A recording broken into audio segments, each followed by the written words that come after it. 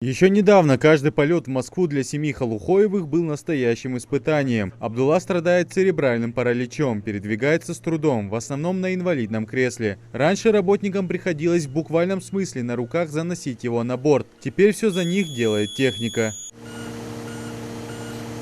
Специализированный подъемник стоимостью более 15 миллионов рублей был приобретен на средства известного предпринимателя Микаила Гуцериева и передан в дар аэропорту Магаз на безвозмездной основе. По словам директора воздушной гавани, это спецавто имеет огромную ценность для всей Ингушетии. Амбулифт существенно облегчил перелеты жителям с ограниченными возможностями здоровья, а также подготовку к рейсам работникам аэропорта. Я вам скажу, что практически ежедневно у нас используется эта машина и на прилет, и на вылет. Это очень большое удобство и для жителей, и для пассажиров наших. Практически на все рейсы, которые к нам летают, и на Санкт-Петербург, и на Москву, и вот даже Петрозаводск там был тоже маломобильный пассажир. То есть это большое удобство и очень большая это. Огромная благодарность и от аэропорта, от нас. Огромная благодарность Микаилу Сайлбековичу и от аэропорта, и от жителей республики. То есть я слышу эти слова благодарности.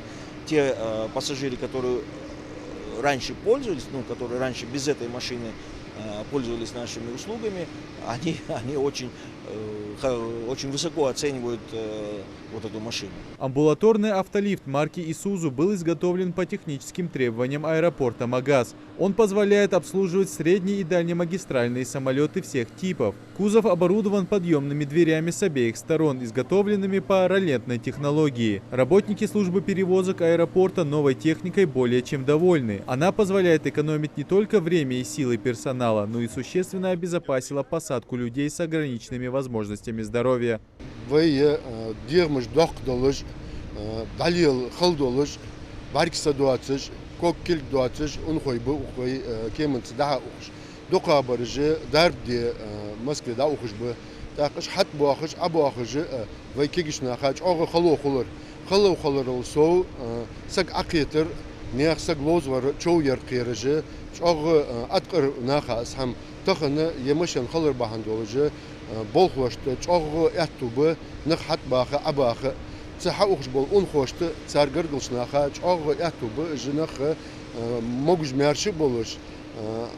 Авожер, чоу халыр цикиржи, самолет дат хош бари, шей дарби да букшмети, жнах да квач бари, цунага чоу пейт данып вай адма, вай республике. Каждый день аэропорт отправляет и принимает сотни людей. Танзила Курскиева вместе с дочкой прилетели из Москвы. По словам женщины, летать приходится часто. Теперь перелеты стали в разы легче, не надо никого просить о помощи. Очень нам удобно, было вообще невозможно спускаться, очень тяжело было, приходилось ждать, кого-то просить. А сейчас такая возможность, без проблем можно выехать, без посторонней помощи. Огромное спасибо хотела сказать Микаилу Гуцериеву, что уделили внимание нашим детям, что нам сделали такой подарок.